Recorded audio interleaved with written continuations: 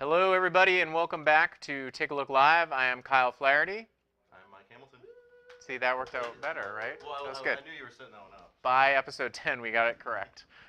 So congratulations to everyone who've watched all 10 episodes. If you got your punch card punched for all 10, you get the 11th free. So that is super exciting for you. Today, we're actually going to talk about I'm going to turn on prevention. my microphone. Was your mic not on? Yeah, no, it was. All right, that's good. We had So Mike Hamilton is my name, in case you didn't. Awkward beginnings. We're going to talk today actually about a long kind of history, or I guess a debate is a word, of prevention versus detection.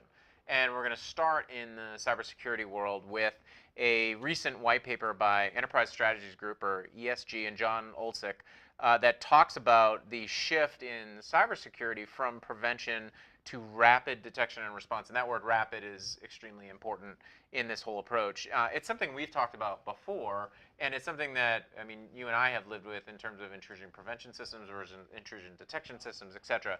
But I think it comes down to the fact that in cyber and in fraud, you can try to prevent all you want, but you're going to have to detect as well. Yeah, I mean, it's an interesting thing in that in order to prevent, you have to detect.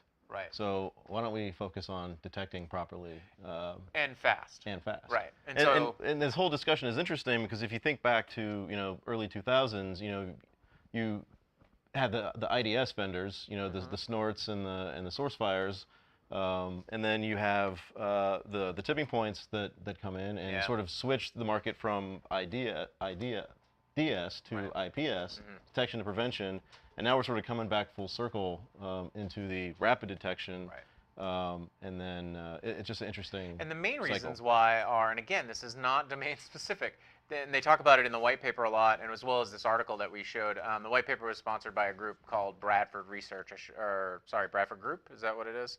That I should probably mention that. But the fact that there's silos of data, and that there's no way for them to get all of those things together to actually see the links and the relationships and all that. And of course, that's what we do. But that happens in every single kind of big, large organization, whether it's fraud, whether it's waste and abuse, whether it's cybersecurity. Absolutely. And so that's why I think there's this shift going on overall. One thing I thought was interesting was it talks about 62% of organizations are seeing a large increase in security budgets in 2014. We all kind of know that, right? That's happening. But at the same time, and this is something that we talked about, not as part of this show, but I'm sure others have seen that eBay's revenues are lagging. And that goes back to the data breach story that we've talked about before. And we saw Target, I think, lag as well after. Yeah, CEO gets, That's true, right? Well, He lost his job. Right, and so the interesting thing about all of these things is, okay, so this paper's all about rapid detection, which absolutely, and but the thing that is, not having the entire paper in front of me, the thing about it is, okay, now I've rapidly detected, now I've got to actually have the staff and the capability to actually go act on it. All right, so act, that's the right. So rapid response, great. Detection, great. All those things. I need something that allows me to actually do something with that, with the resources I have currently. Right. I mean, in the Target situation, the fire, I believe, that they had in their data center actually was alerting them to this problem. Right. But either it was ignored or it just wasn't acted upon. Or it was part of a long list of alerts. Right. Too many alerts, too many leads. If you're going into and we're going to jump into Medicare, Medicaid.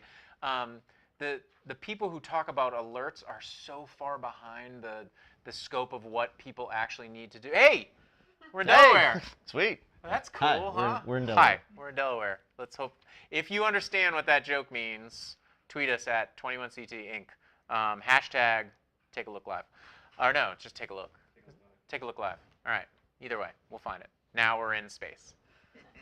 Whoa. So anyhow, Mike found a new feature in our Wirecast system so now we're going to come to you with really fun backgrounds every once in a while. All right, so what I was saying was alerts, leads. False the last positives, thing false I need positives. are alert. Right, false positives, false positives. And if you're an analyst sitting in the in the India office, which I think is where the Target analysts were sitting, and you're looking at hundreds of alerts, it's easy to miss some of that stuff. So speaking of myths, let's talk about this next article here by Kevin. I'm assuming it's Outerson, but Kevin, let me know if I mispronounce that. We're going to talk about Kevin in a second as well. But this talks, the headline is Crowdsourcing Fraud Detection. He's actually referencing a ProPublica article by Charles Ornstein, who actually will be the recipient of our last article overall. But basically what he's kind of talking about here is we need fresh ideas. There's a ton of improper payments happening in Medicaid and Medicare. We all know that. We've talked about this endlessly on this show, and we'll continue to do that. But he's talking about taking some of the publicly available data that's out there and actually having people run whatever algorithms on it or statistical models on it or machine models on it to actually find the fraud, and all of us kind of crowdsourcing. Sounds like a really great idea. Might not be the best idea. Yeah, I mean, the risk that we run in that sort of environment is getting right back to the security piece with, false positives. Yep. I'm getting so many things. Where do I even start to look? How do I whittle those thousands of leads into something that's actually manageable for a program integrity team to actually go out and act on? And again, act on. Exactly, and that's the thing that I get concerned about, and it's something that's certainly the folks that we work directly with here and states that we work with, investigators will say, this is a great starting point. Again, great lead generation, great alert generation, but that's not what I need. I don't need a system that just tasks me. I need a system that actually shows me the full story of doctor did this with this person, the behavioral context overall. If you're just looking at these claims payments, yeah, you can see kind of interesting patterns. And they talk about kind of a group of, OBGYNs and a thoracic surgeon paid more than 37,000 psychotherapy sessions in 2012. OBGYNs and thoracic surgeons typically don't do psychotherapy sessions. Right. And they typically also don't bill more than the entire state of California combined. Right. So blatant issue, and quite frankly, should have been caught by the statistical analysis vendors that are already doing these types of things. Right. And we talked about that two weeks ago, right, with the story in North Carolina about some of those kind of statistical vendors who, right, again, it's FireEye in this case, right? There's so many parallels of they're throwing out so many alerts that you're going to miss these things, right, unless you give me the full kind of here's a standardized report case so that you can go after these people. Right, and interestingly enough, I believe in Illinois, one of the vendors that was in one of the reports we talked about a few weeks ago on the North Carolina thing is, in fact, I think also involved in that particular state. Well, we'll have to look at that. So I don't want to. I hate even using this term, but I can't think of a better one right now. Poo-poo this idea. But I think that we have to be careful when we just throw these types of ideas out there overall. I do think there is a way for us to share this type of information and do a better job of crowdsourcing it, as well as crowdsourcing these leads and alerts, but then we have to then prioritize them and fill in the rest of the story. Right. And if we're not willing to do that, we're going to be knocking on the door of a bunch of doctors, and we're going to be bothering them to the point where they're going to leave the system, the good doctors are going to leave the system, and then the quality of care goes down. And that's something I don't think anybody wants overall. And that actually hits home with our last story overall. And this is, again, ProPublica Charles Ornstein, which is referred to by Kevin in the original article. But why don't you actually, I think, had alerted us to this originally.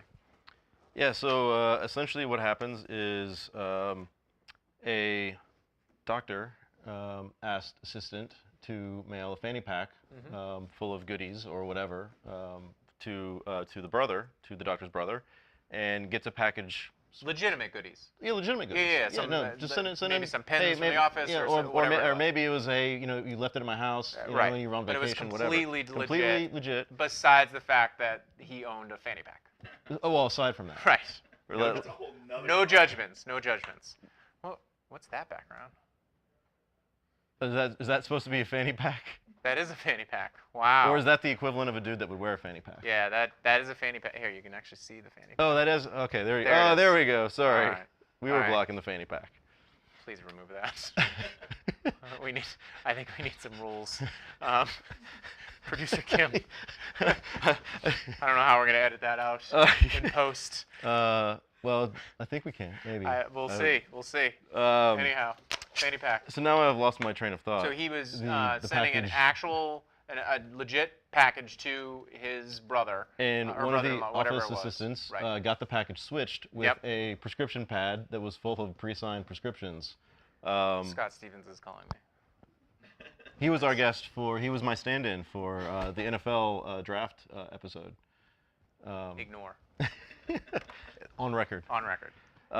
And doctor gets presumably notified by the brother that there's a whole bunch of signed prescriptions, and doctor is completely unawares and immediately notifies authorities, and that basically unleashes an investigation that discovers something like 10 or 12 or 14 million dollars worth of a network of fraud, sort of based around this prescription pad. And it's not the doctor; it's an office assistant, or there's actually two office assistants. Two office assistants who's been running this scheme, maybe taught this scheme by other people as well. We see that all the time, right? Training ground type of things. And again, this could be something that if we just crowdsourced this, that doctor could be getting a letter and saying, but if we know that there's multitude of ways of understanding that office assistant all of a sudden has a new bank account and it's attached to this other office, blah, blah, blah, blah, all that good stuff. But we don't want to bother necessarily this guy, or at least we don't want to bother him to the point where it's annoying. We want to say, hey, man, what's going on here? I think you got something going on in your office because we're finding something different. I mean, and this whole scheme is so reminiscent of one of our demos that we talk about, which is on the drug diversion side of, doctor and pharmacy working in parallel and sharing a corporate bank account to funnel those monies back to each other. Yep. Yeah, and the whole Medicare Part D, which is the prescription drug program of Medicare, that's gotten a lot of attention lately of kind of the improper payments or fraud, waste, and abuse, however you want to define it. And you do have to be careful with the way that you define each of those things. And it's an enormous problem, but it's one that, again, alerts and tasks is not going to be something to be the concern there. It's going to be, find me the story, give me something to act upon. Right. And that, again, just goes back to the theme overall of if you're going to, you should always try to prevent. We're not arguing that, whether it's in cyber or, I mean, if you blatantly know that, this provider has, he's on an exclusion list, well, then don't let him in your state. Of course, you should stop that from happening. It's known malware. Your IPS or your firewall should stop that from happening. But things are going to get through. We know that. These are smart people in a lot of instances, in cyber and in fraud. So you need to then have that rapid detection system. And if you're going to do that, A, it has to work fast. B, it's got to give you actual good intelligence so you can do your job. All right. Finally is our person of the week, and it is none other than Kevin Outerson. So Kevin is a law professor at BU, health law and policy, and it says especially prescription. So that makes sense of kind of what he's talking about. Not only the article that we saw in the Incidental Economist, and I got to say that is a great website overall. They have about 6 or 7 writers who are on there. Really a go-to spot. But go through his Twitter. He has a lot of other deeper articles overall. I mean, the one we highlighted was really recapping of Charles's article in ProPublica, but I think there's just some really good stuff in there, as well as an alert to Uber stealing my ice cream idea, which I tweeted about 10 days ago.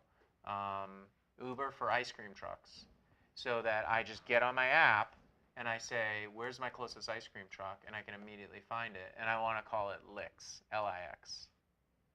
I think it's the worst idea ever. Ever?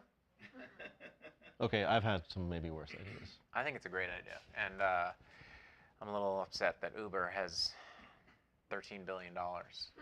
They're $13 billion ahead of me right now in funding.